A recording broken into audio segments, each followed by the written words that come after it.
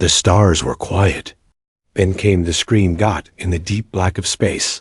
Far from any known planet, a weak signal broke the silence. It came from an old emergency channel, one the Earth Alliance hadn't used in years. Most stations ignored it. Just another lost sound in space, like so many before. But on listening station Theta 9, orbiting Jupiter's dark side, a young technician named Aida picked it up. She was half asleep, sipping cold coffee, when her screen blinked red. Unusual. Signal, the computer said. Aida blinked. That's not Earth code, she whispered. She turned up the volume. Static filled the room. And then, help us. Please, they're killing us.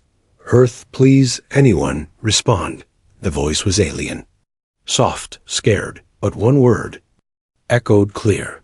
Earth. Aida jumped up. Commander Reese. You need to hear this. Commander Reese stood tall and calm, even in emergencies. He had heard many cries in his time. Pirates, smugglers, fakes. But something about this one felt different. He listened to the message 3 times. Is it real? He asked. It's not bouncing off any satellites, Aida replied. It's direct. Origin point. Sector 46D. Unclaimed space. Unclaimed doesn't mean empty, Reese said. He stared out the window at the dark stars. Something about that voice, it wasn't just fear. It was pain and hope. Hope that someone would hear. Send it to Earth Command. Full file. No edits. Hours passed. In Earth's High Council chambers, leaders argued. It could be a trap, one said. We don't even know who sent it, said another. General Rourke, old and scarred, spoke next. They called Earth by name. That means they know us. Or someone told them to call us. Silence. Then Chancellor Lay asked, What do you think, Commander Reese? Reese appeared on screen from the station. I think someone out there is dying, he said, calm but firm. And we're the only ones who heard. Back on Theta 9, Aida stared at the signal's data. I found something, she said. There's another layer in the message. Hidden code. Reese raised an eyebrow. Decode it. Aida worked fast. Her hands flew over the console. Lines of alien text appeared, then translated. Her face went pale. Sir, it's a list. Names. Locations. Whole colonies. Marked destroyed. Reese looked at the last line. Next target? Earth? A chill ran through the room. Meanwhile, far away, a small escape pod drifted in darkness. Inside was the source of the message. She was alien, thin, blue-skinned, weak, her eyes barely open. Her hand trembled as she touched a broken console. The screen flickered. She saw stars. She saw nothing else. Then a human voice replied, This is Commander Reese of Earth Alliance. We heard your cry. We are coming. Her lips moved, a whisper. No one could hear. Thank you. Back at Earth Command, the debate ended. Send a scout ship, Chancellor Lai said. No weapons, just eyes. Reese nodded. I'll go. No, General Rourke said. You're too important. But you'll lead the mission from Theta-9. Reese agreed. If this cry is real, we won't be enough. We'll need the whole Armada. He walked to the window again. Behind him, Earth glowed blue and strong. In front of him, deep space waited. The cry was real, and humanity would answer. The escape pod shouldn't have survived. But it did. Floating near the edge of Sector 46D, it was barely holding together scorched metal, shattered panels, and sparks that danced like dying fireflies. Inside, the blue-skinned alien woman lay still. Her fingers were wrapped around a broken transmitter. Her voice was silent now. Her message had already gone out, and someone had answered. Commander Reese stood in front of the tactical display on Theta 9, staring at the signal's path and the new data from Aida. "We've confirmed it?" he asked. Aide nodded. "Yes, sir." The signal came from a planet once mapped by the Velith Union, but it's now marked as erased. Erased? Reese repeated. Not conquered. Not even destroyed. Just ... gone. No trace. Like it never existed. Reese looked back at the message log. The alien's voice still haunted him. He had seen fear before. But that voice held something deeper: total loss. And now Earth was listed as next. On Earth, the High Council gathered. Again, the broadcast had reached the public. News anchors said Earth was being pulled into someone else's war. People were scared. Others demanded action. They cried for help, one senator said. But is that our responsibility? What? If it had been us? General Rourke asked. Wouldn't we want someone to come? But this could bring war to Earth. Reese's voice cut through the argument over comes. If you wait too long, war will come anyway. Chancellor Lai turned to the room. It's clear, she said. This is not just one cry. It's a warning. Someone is erasing civilizations. And now they know Earth exists. She stood. We either stay quiet and wait for fire, or we move before it spreads. An hour later, Earth's scout ship Pathfinder launched from Lunar Base 7. Its mission was simple. Reach the source of the signal, rescue any survivors, observe, and report back. No engagement. A small team of humans, 3 soldiers, 2 engineers, and 1 xenolinguist moved silently through the cold hallways of the ship. Their leader, Captain Lorne, was handpicked by Reese.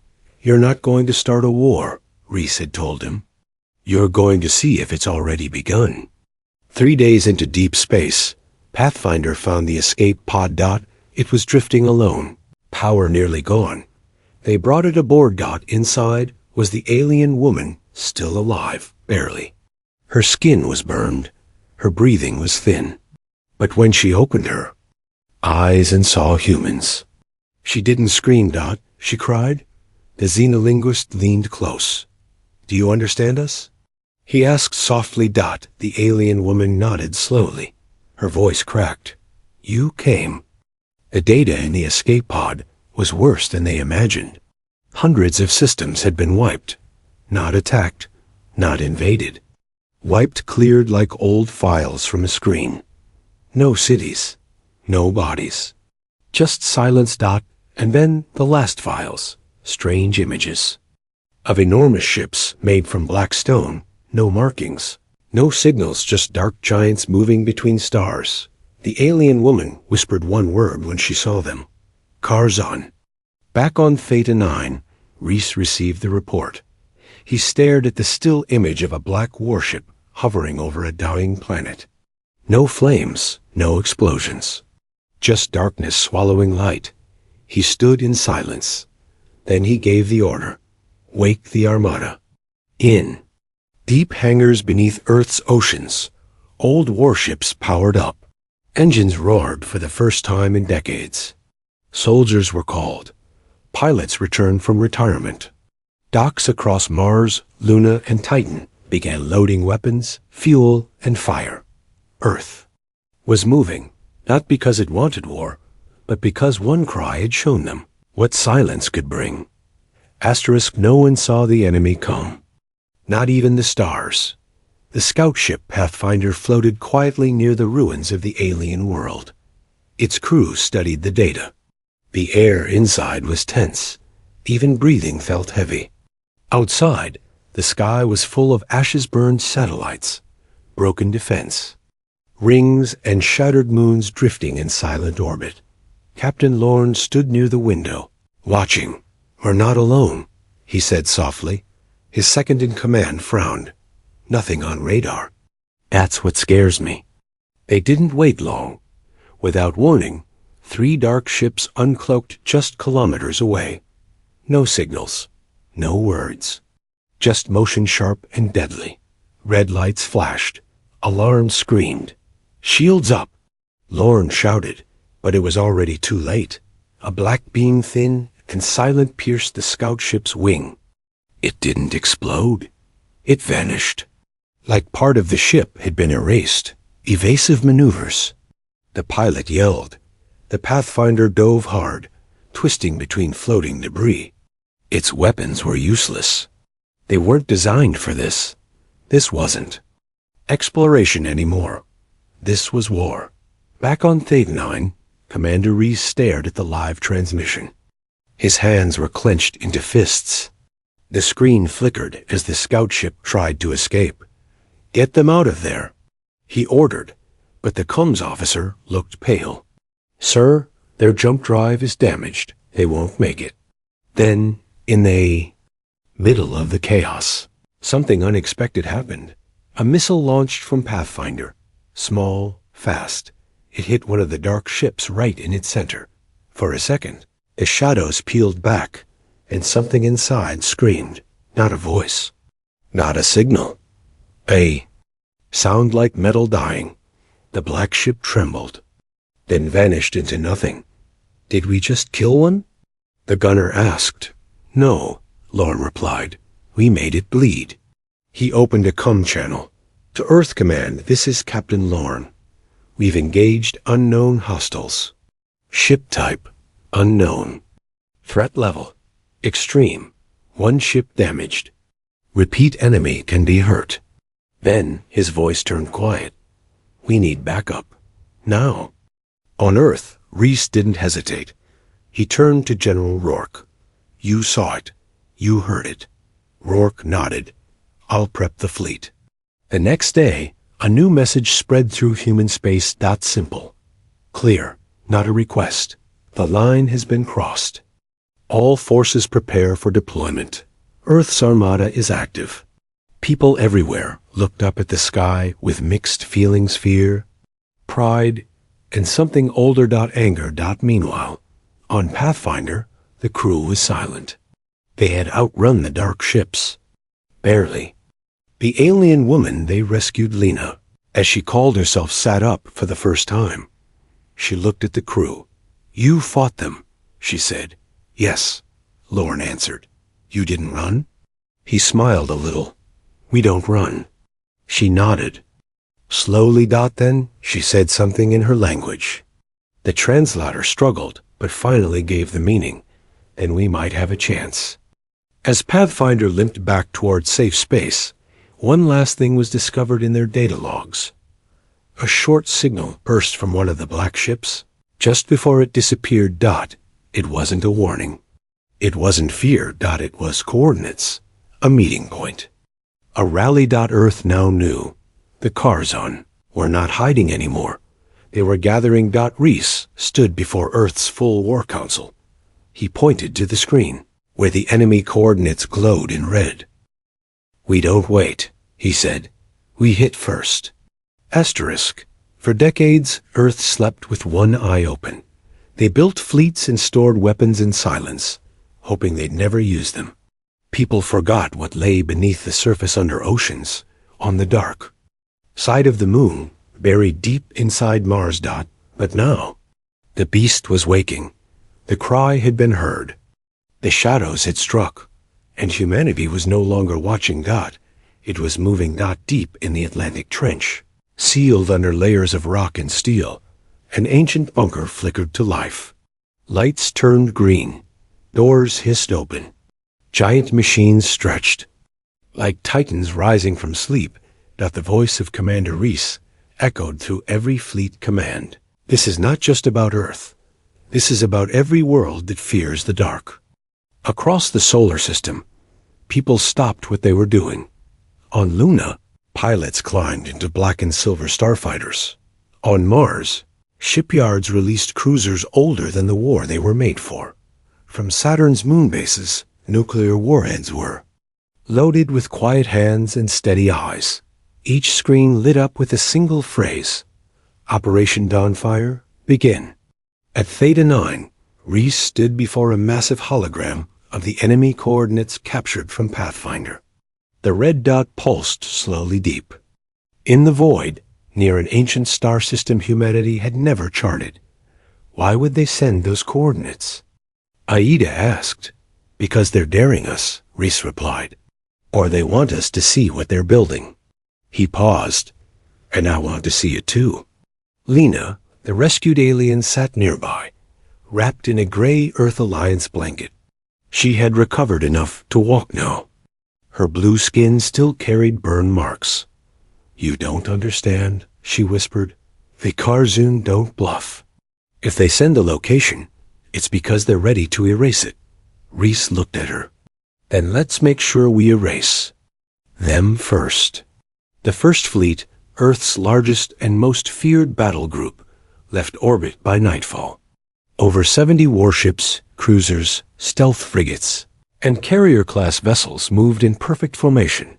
Each ship carried weapons no alien race had ever seen used in battle, not because Earth didn't have the power, but because it had always shown restraint.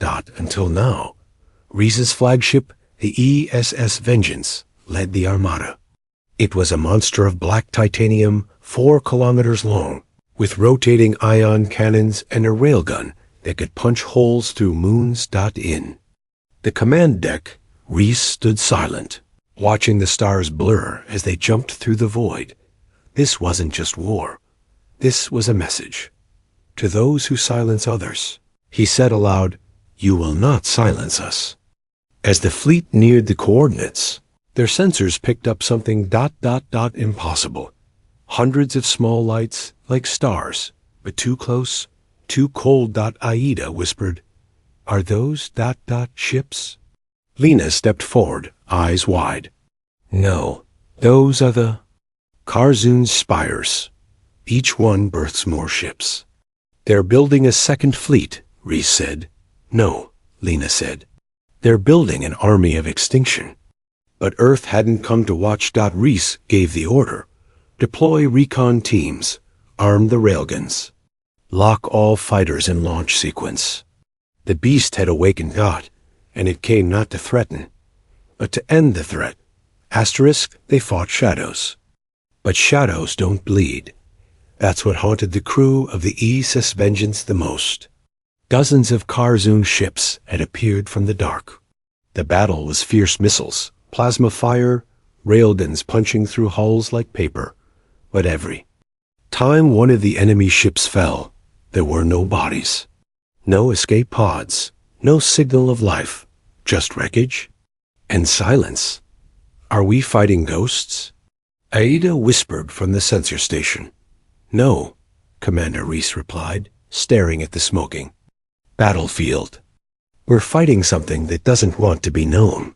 The Earth fleet had won the skirmish, but barely. 3 human cruisers were destroyed. Several others were badly damaged. Still, the Karzun pulled back, not in panic. In purpose. They didn't seem to fear death. They seemed to welcome it, and came a new surprise. A Karzun escape pod appeared alone, undamaged, floating near the edge of the battlefield. Its design was sharp and smooth, like black glass carved by lightning. Reese gave the order. Bring it in. I want to see what we're dealing with. Inside the pod was a being, not a robot. Not exactly alive either. Its body was armored from head to toe. No eyes, no mouth, no skin. Just a mask of metal and bone. It didn't speak, didn't move, until it saw Reese. Then it tilted its head slightly, like it recognized him. The science team tried everything: scans, translators, neural links. Nothing worked, but Lena stepped forward. She stared at the armored figure for a long time, her face pale. I've seen one before, she said. Long ago, one came to our world. It didn't speak then either. It just watched. Reese frowned. Why would they watch and not attack? She shook her head. Because they didn't come to learn. They came to judge. Aida noticed something. On the being's armor scratched into the surface were symbols. Hundreds of them. She began decoding them using Lena's language as a base. Her eyes widened. Commander, she said, these aren't symbols. These are names. Names of what? Worlds, cities, civilizations. She pointed to the bottom of the list. Earth, last. The creature suddenly moved. Its hand rose. Not fast, not threatening, but calm, like it was making a point dot, and it tapped its chest right over the name Earth. And finally, it spoke. The voice was low, like metal scraping rock. Too late. The lights in the room flickered. The walls trembled. Sir, Aida called out. Something just triggered in the pod. It's emitting a pulse. Get it out of here. Reese shouted, but it was already too late. The being collapsed, and from its chest, a burst of dark energy shot out into space. The fleet watched as the waves spread across the void. It wasn't a weapon. It was a signal. Summons. Within minutes. Dozens, no. Hundreds of Karzun ships appeared at the edge of the system. Bigger, stronger. Silent as ever. Reese stood on the bridge of the Vengeance, watching the enemy rise like a tide. We woke them up, he said. And now they know. We're not just noise. Lena stepped beside him. They never cared about power, she said. They cared about weakness. And to them, emotion, mercy, kindness are all weakness. Reese clenched his jaw. Then they're about to learn what fury looks like. The sky caught fire before the first ship fell. A red sun loomed over the battlefield, once calm and empty. Now it boiled with war. The Karzun fleet had arrived in full black ships, like knives cutting through space. Silent as death. From Earth's side, the armada stood ready. Hundreds of vessels, engines burning, weapons charged. But even from this distance, they were outnumbered 5-1. Commander Reese stood on the bridge of the Vengeance, staring at the enemy wall. This isn't a battle, Aida whispered. It's a last stand. Reese didn't answer. He simply raised his hand. Launch everything. The stars exploded. Missiles screamed through the void. Plasma cannons lit the darkness. Railguns fired slugs the size of trucks. Every weapon Earth had created was now unleashed. For a moment it worked. Karzun ships shattered like glass. Their armor cracked. Their shields flickered. But the enemy did not slow. They adapted. One by one, Earth's front-line ships were overwhelmed. The enemy moved without formation, without fear, cutting into weak points, ignoring damage, sacrificing themselves if it meant a kill. Inside the Vengeance, alarms blared. Frigate Scorpio down. Cruiser Red Fang is venting atmosphere. Enemy. Units breaching outer flank. Reese stood firm. Hold the line. Above them, the sky was no longer black. It burned. Debris floated like falling stars. Explosions lit the emptiness. Fire danced across wreckage, creating a twisted storm of flame and shadow. And in the center, the Karzun Super Weapon revealed itself. A massive ship, shaped like a spear, with a core glowing dark red. It pointed toward the red sun. Aida gasped. Sir, they're going to destroy the sun. No, Reese said. They're going to turn it into a weapon. The Karzun ship began to spin, drawing power from the sun's corona. Energy pulsed through its spine, building something. Ancient, something terrible. If they fire that thing, the weapons chief said, this system will burn. Reese made a choice. Prepare the Vengeance, we ram it. Sir? Aida turned. Reese didn't blink. We ram it. All engines forward. Set detonation on my mark. Just then, a message crackled through COMMS. It was a voice Earth hadn't heard in years. General Rourke. Fleet 2 has arrived, he said. Get your people clear. Reese looked up. Out of hyperspace, another Earth fleet appeared, fresh, angry, massive, carriers, dreadnoughts, and stealth ships opened fire. The Karzun hesitated for the first time. Reese canceled the self-destruct. Redirect. Course, he ordered. Flank their Super Weapon. Let Fleet 2 take point. The Vengeance spun hard, engines screaming. Fighters swarmed around it like bees around a burning hive. Together, Earth's armadas struck the enemy weapon from all sides. Missiles found cracks, railguns, hit joints. The red core inside the Karzen ship began to collapse. Asterisk Lina stood in the medbay, watching the sky burn through the window. She placed her hand on the glass. You answered our cry, she whispered. Behind her, wounded crew cheered. The Karzan ship broke apart. Its final light vanished into the dark. Back on the bridge, Aida slumped into her seat. We did it, she said. But Reese shook his head. No, we bought time. A new signal blinked on the screen. Coordinates again. Deeper this time.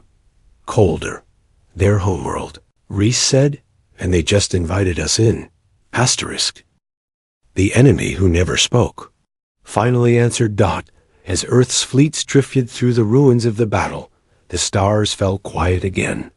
The Karzan had been pushed back, their super weapon destroyed. But no one on the Vengeance celebrated, because a new signal had arrived, and it didn't beg Dot, it didn't threaten Dot, it simply said, come. Commander Reese stood in front of a large display, staring at the coordinates the Karzan had sent.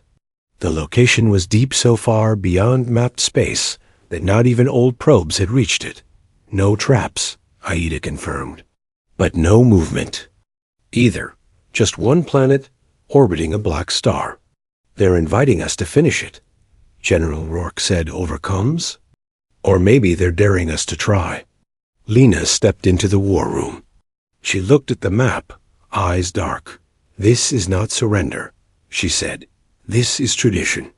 Reese raised an eyebrow. What kind of tradition? Their final stand. When Karzun warriors face extinction, they return to the source, their homeworld. If they die there, they believe their rage becomes eternal. And if they survive? Reese asked. They start again. The armada moved. Earth's ships crossed the final edge of known space. Behind them were burned systems, lost allies, ghost signals. Ahead was a world no one had seen. And live to speak of Dot as the Vengeance approached the black star, strange things began to happen. Lights flickered. AI systems paused. Emotions ran. Heavy. Even the crew felt it. Fear. Then. Through the darkness, the Karzun homeworld appeared. A gray, broken planet, scars running across its surface. Metal towers crumbled. Skies full of ash. And on that surface, a single structure still alive. A massive tower shaped like a claw, pulsing with red light. Aida whispered, it's not a city. It's a tomb. Reese gave the order. Take us in. The landing team touched. Down near the tower. No resistance. No weapons. Only silence. Inside, they found something unexpected. Rows of Karzun standing still, armor cracked, weapons lowered. They weren't dead. They were waiting. At the center of the tower stood one figure taller than the rest, armored in gold and black, its face hidden behind a glass mask. It stepped forward. Reese raised his weapon. But the being raised no hand. Instead, it spoke. You heard the cry. The team froze. You understand us? Reese asked. The being nodded slowly. We heard your answer, it said. And we judged you? For what? Reese demanded. For responding. It walked past the others, stepping toward a console at the heart of the chamber. It placed its hand upon it. Lights flared. Above them, a massive hologram appeared. Hundreds of alien species, all wiped away. We destroyed them, it said. Because they begged. Because they feared. Because they waited. Then, a new image. Earth. And around it, the fleet. You did not wait. Reese stepped forward, voice steady. You think mercy is weakness? The being's mask tilted slightly. It is. No, Reese said. It's a choice. He looked. Around the chamber, so many warriors. So many machines. We came because someone cried out, Reese continued. And we'll keep coming no matter how many times you try to silence them. There was a long pause. Then, the being knelt. The others followed. The red lights dimmed. And outside, the tower went dark. Back on the Vengeance. The crew watched. As the cars on ships powered down, one by one, they shut off. Not in surrender. In understanding. Aida whispered, "We didn't destroy them." "No," Reese said. "We changed them." Months later, Earth received a message, not a cry, not a threat, just a signal, a simple repeating word: ready. Humanity had gone to war not to conquer, but to protect. Now, they had allies who once brought only silence, because one cry echoed across the stars. And Earth had answered. The end.